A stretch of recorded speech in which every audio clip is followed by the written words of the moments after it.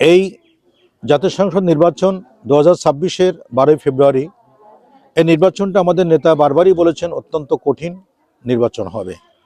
যত দিন যাচ্ছে ততই তার প্রমাণ পাচ্ছি যে চারিদিক থেকে এখনো পর্যন্ত নির্বাচনকে প্রশ্নবিদ্ধ করার জন্য, নির্বাচনকে বানচাল করার জন্য নানান রকমের ষড়যন্ত্র চলছে।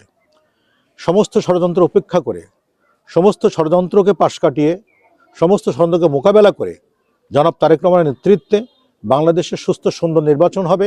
কোটি কোটি জনতা সেদিকে তাকিয়ে আছে। কারণ 17 বছর ভোট কেন্দ্রে গিয়ে মানুষ স্বতঃস্ফূর্তভাবে নিজের ভোট নিজে দিতে পারেন নাই। সেই বুকের ব্যথা, সেই মনের কষ্ট নিবারণ করবার জন্যই দেশনেত্রী বেগম খালেদা জিয়া, রাষ্ট্রপতি শহীদ জিয়াউর রহমান তাদের সুযোগ্য সন্তান তারেক রহমান আহ্বান জানিয়েছেন।